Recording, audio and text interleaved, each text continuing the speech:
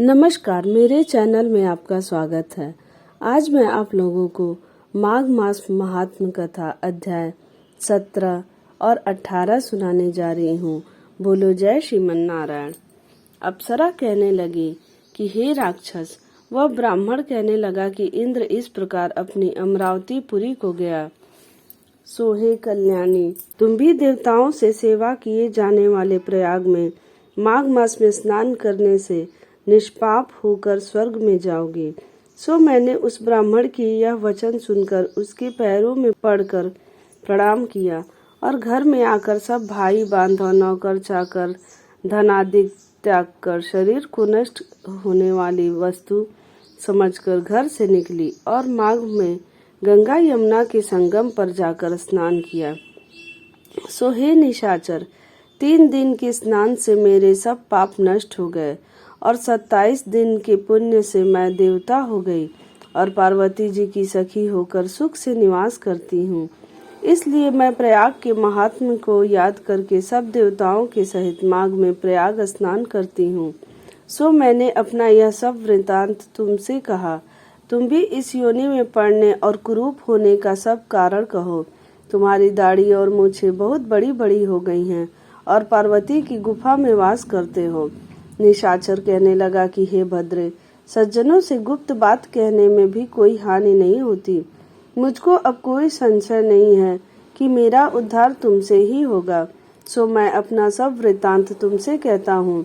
मैं काशी में वेदों का ज्ञाता था और बड़े उच्च कुल के ब्राह्मण के घर में जन्म लिया था।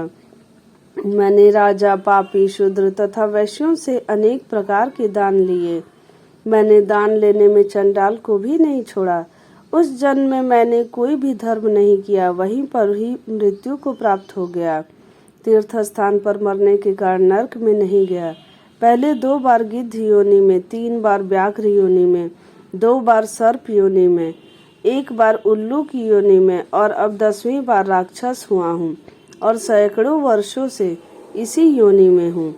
इस स्थान को 3 योजन तक मैंने जंतुहीन कर दिया है। बिना अपराध के बहुत से प्राणियों को मैंने नष्ट किया। इस कारण मेरा मन अत्यंत दुखी है। तुम्हारे दर्शन से चित्त में कुछ शांति अवश्य आई है, क्योंकि सज्जनों का संग तुरंत ही सुखदायी होता है। मैंने अपने दुख के कारण आपसे कहे और सज्जन लोग सदैव दूसरों के दुखों से दुखी होते हैं। अब यह बताओ कि इस दुख रूपी समुद्र को कैसे पार कर सकता हूँ। क्या क्षीर सागर हंस को ही दूध देता है, बगुले को नहीं देता? दत्तात्रेय जी कहने लगे कि इस प्रकार उसके वचन सुनकर कांचन मालिनी कहने लगी कि हे राक्षस, मैं अवश्य तुम्हारा कल्याण करूंगी। मैंने दृढ़ प्रतिज्ञा की है कि तुम्हारे मुक्ति के लिए प्रयत्न करूंगी। मैंने बहुत बार प्रयाग में स्नान किया है। वेद जानने वाले ऋषियों ने दुखी को दान देने की प्रशंसा की है। समुद्र में जल बरसने से क्या लाभ? प्रयाग में स्नान करने का 1 बार फल मैं तुझे देती हूँ, उसी से तुमको स्वर्ग की प्राप्ति होगी। उसके फल का अनुभव मैं कर चुकी हूँ।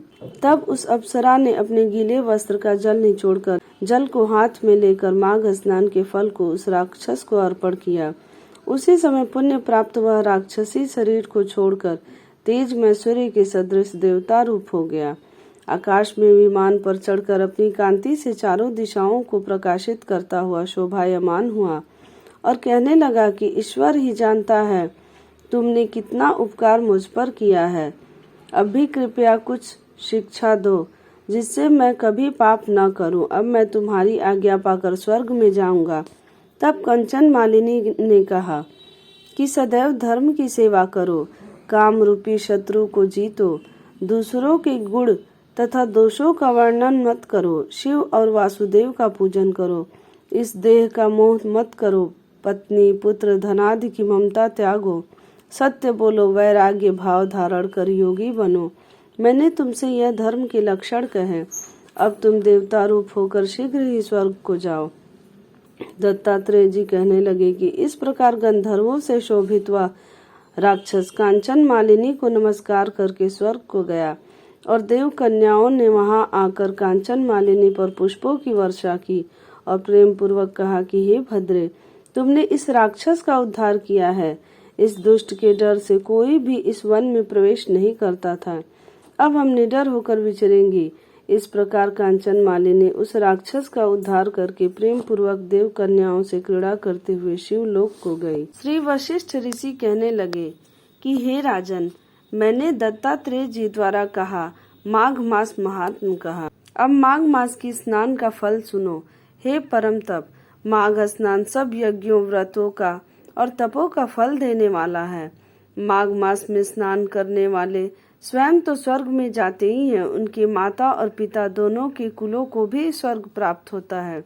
जो माघ मास में सूर्योदय के समय नदी आदि में स्नान करता है, उसके माता पिता के साथ कुलों की पीढ़ी स्वर्ग को प्राप्त होती है। माघ मास में स्नान करने वाले दुराचारी और कुकर्मी मनुष्य भी पापों से मुक्त हो जाते हैं और इस मास में हरि का पूजन करने वाले पाप समुदाय से छूटकर भगवान के सदृश शरीर वाले हो जाते हैं। यदि कोई आलस से भी माघ में स्नान करता है, उसके भी सब पाप नष्ट हो जाते हैं। जैसे गंधर्व कन्याएं राजा के श्राप से भयंकर कष्ट को भोगती हुई लोमस ऋषि के वचन से माघ में स्नान करने से पापों से छूट गई। यह वार्ता सुनकर राजा दिलीप विनय से पूछने लगा कि गुरुदेव, ये कन्याएं किसकी थीं? उनको कब और कैसे श्राप मिला? उनके नाम क्या थे? ऋषि के वाक्य से कैसे श्राप मुक्त हुई और उन्होंने कहाँ पर स्नान किया? आप विस्तार पूर्वक सब कथा कहिए। वशिष्ठ जी कहने लगे कि हे राजा, जैसे अरणी में स्वयं अग्नि उत्पन्न होती है, वैसे ही यह कथा धर्म और संतान उत्पन्न करती है। हे राजन, सुख संगीत नामक गंधर्व की कन्या का नाम विमोहिनी था। सुशीला तथा स्वर वेदी की सुंबरा, चंद्रकांत की सुतारा तथा सुप्रभा की कन्या चंद्रका, ये 5 सब समान आयु वाली तथा चंद्रमा के समान कांति वाली और सुंदर थी। जैसे रात्रि को चंद्रमा शोभायमान होता है, वैसे ही पुष्प की कलियों के समान खिली हुई यह अप्सराएं थीं।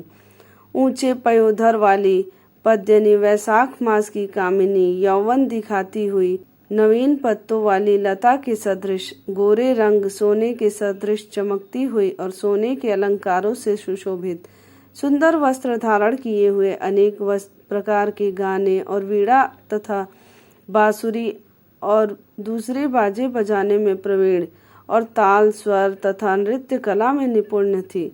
इस प्रकार वे कन्याएं क्रीड़ा करती हुई कुबेर के स्थान में विचरती थी। एक समय कौतुकवश माघ मास में एक वन में दूसरे वन में विचरती हुई मंदिर के पुष्प तोड़कर सरोवर पर गौरी पूजा के लिए गई। स्वच्छ जल के सरोवर में स्नान करके वस्त्र धारण कर मौन हो बालू मिट्टी की गौरी बनाकर चंदन, कपूर, कुमकुम और सुंदर कमलों से उपचार सहित पूजन करके ये 5 कन्याएं ताल नृत्य करने लगी। फिर ऊंचे गंधार स्वर में सुंदर गीत गाने लगी। जब ये कन्याएं नाचने और गाने में लीन थी, तो उस समय अछोत नामक उत्तम तीर्थ में वेदनिधि नाम के मुनि के पुत्र अग्निपथ ऋषि स्नान को गए। वह युवा ऋषि सुंदर मुख, कमल सदृश नयन, विशाल छाती, सुंदर भुजाओं वाला, दूसरे कामदेव के समान था। शिखा सहित दंड लिए, मृग चर्म ओढ़े, यज्ञोपवीत धारण किए हुए था।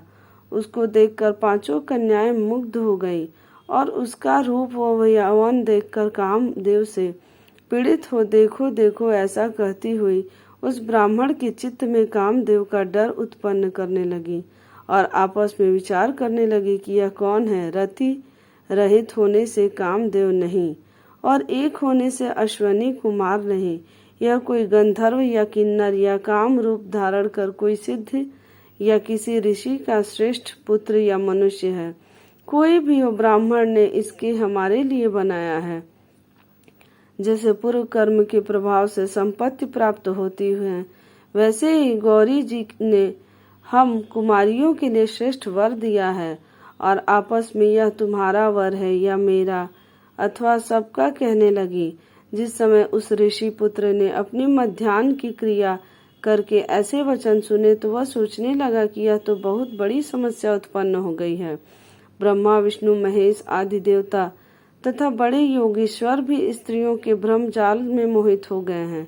इनके तीक्ष्ण बाणों से किसका मन रूपी हिरण घायल नहीं हो सकता। जब तक नीति और बुद्धि रहती है तब तक पाप से भय रहता है।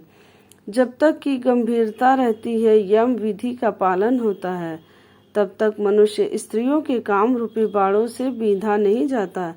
ये मुझे उत्तम और मुग्ध कर रही हैं कि इन गुणों से धर्म की रक्षा हो सकती है। स्त्रियों के मांस, रक्त, मल मूत्र से बने घृणित और अशुद्ध शरीर में कामी लोग ही सुंदरता की कल्पना करके रमन कर सकते हैं। शुद्ध बुद्ध वाले महात्माओं ने स्त्रियों के पास रहना कष्टकारक कहा है। सो जब तक यह पास आए घर चले चलना चाहिए। अतः जब तक वह उसके पास आई, वह योग बल के द्वारा अंतर्ध्यान हो गया। ऋषि पुत्र के ऐसे अद्भुत कर्म देखकर वह चकित होकर डरी हुई चारों ओर देखने लगी और आपस में कहने लगी कि यह क्या इंद्रजाल था जो देखते देखते विलीन हो गया। और वह विरह की अग्नि में जलने लगी और कहने लगी कि हे कांत, तुम हमको छोड़कर कहाँ चले गए? क्या तुमको ब्रह्मा ने हमको विरह रूपी अग्नि में जलाने के लिए बनाया था? क्या तुम्हारा चित्त दया रहित है जो हमारा चित्त दुखाकर चले गए? क्या तुमको हमारा विश्वास नहीं? क्या तुम कोई मायावी हो? बिना किसी अपराध के हम लोगों पर क्यों क्रोध करते हो? तुम्हारे बिना हम नहीं जिएंगे। जहाँ पर आप गए हो हमें शीघ्र ही ले चलो, हमारा संताप हरो और हमें दर्शन दो। सज्जन लोग किसी का नाश नहीं देखते। अगर आपको मेरी यह कथा अच्छी लगी हो तो मेरे चैनल को लाइक करें, सब्सक्राइब करें, शेयर करें और कमेंट में जय श्रीमन नारायण जरूर लिखें।